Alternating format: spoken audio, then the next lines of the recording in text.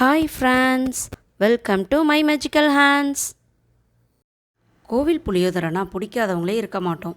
அந்த டேஸ்ட்டோட ரகசியமே அதில் சேர்க்குற பொடியில் தாங்க இருக்குது. அந்த பொடியை தான் இப்போ வீட்டில் எப்படி செய்கிறதுன்றதை பார்க்க போகிறோம். வாங்க வீடியோக்குள்ளே போகலாம். கோவில் புளியோதரை பொடி செய்வதற்கு தேவையான பொருட்கள்: தனியா 2 டீஸ்பூன், காய்ந்த மிளகாய் 5-7, மிளகு 1 டீஸ்பூன், சீரகம் 1/4 டீஸ்பூன், வெந்தயம் 1 டீஸ்பூன், பெருங்காயம் 3-5 சிறு உருண்டைகள், கடலைப்பருப்பு 2 டீஸ்பூன், உளுந்தம்பருப்பு 1 டீஸ்பூன், எள் 2 டீஸ்பூன். ஒரு பாத்திரத்தை அடுப்பில் வச்சு அது சூடான உடனே அதில் நம்ம எடுத்து வச்சுருக்க தனியா, மிளகு, சீரகம், வெந்தயம், பெருங்காயம் இது எல்லாத்தையும் போட்டு வறுத்து எடுத்துக்கலாம்.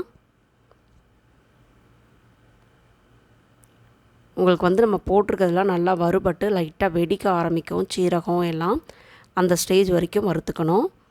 ரொம்பவும் கருப்பாக்கிடாதீங்க.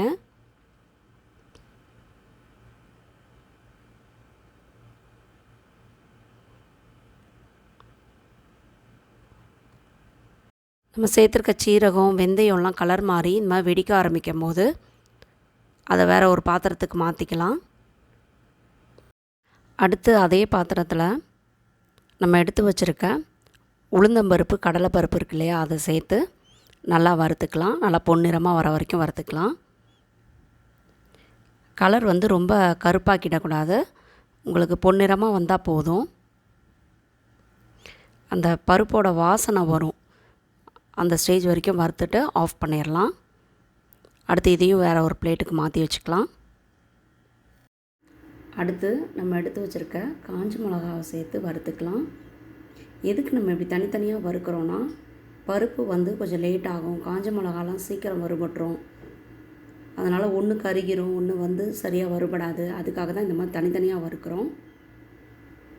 இப்போ காஞ்ச மிளகா பாருங்கள், நல்லா சைஸ் கொஞ்சம் அப்படியே உப்புன மாதிரி வந்திருக்கு. இந்த மாதிரி வந்த உடனே அடுப்பை ஆஃப் பண்ணிடலாம். அடுத்து அதே சட்டியில் நம்ம எடுத்து வச்சுருக்க அந்த கருப்பு எள்ளையும் சேர்த்துக்கலாம். கருப்பு எள் இல்லைன்னா நீங்கள் வெள்ளை எள்ளுக்குள்ளே சேர்த்துக்கலாம். ஆனால் கருப்பு எள் ரொம்ப ஹெல்திங்க வெள்ளையை விட. அதனால் கருப்பு இருந்துச்சுன்னா கருப்பு சேர்த்துக்கோங்க. நீங்கள் எள்ளு சேர்த்ததுக்கப்புறம் கொஞ்சம் கைவிடாமல் கிளறிக்கிட்டே இருங்க. ஏன்னா எள்ளு சீக்கிரம் வறுபட்டுரும். கொஞ்சம் மிக்ஸ் பண்ணிகிட்டே இருந்தீங்கன்னா அதுக்கப்புறம் நீங்கள் அது லைட்டாக டப்பு டப்புன்னு வெடிக்க ஆரம்பிக்கும். அந்த ஸ்டேஜ் வந்த உடனே நீங்கள் ஆஃப் பண்ணிடலாம். ஆஃப் பண்ணிவிட்டு வேறு பிளேட்டுக்கு மாற்றிக்கோங்க. வறுத்த எல்லாத்தையும் ஒரு நல்ல ட்ரையான மிக்ஸி ஜாருக்கு மாற்றி நல்லா நைஸாக அரைச்சி எடுத்துக்கலாம்.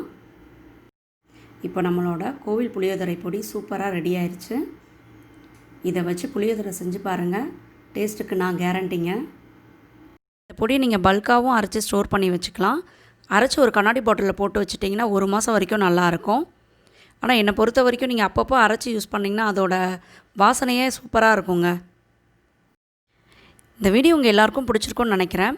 இந்த வீடியோ பிடிச்சிருந்தா இந்த வீடியோவை லைக் பண்ணுங்கள், ஷேர் பண்ணுங்கள், மை மேஜிக்கல் ஹேண்ட்ஸை சப்ஸ்கிரைப் பண்ணுங்கள். பக்கத்தில் இருக்க பெல் ஐக்கானையும் அழுத்திடுங்க. ஆரோக்கிய உணவு, ஆனந்த வாழ்வு.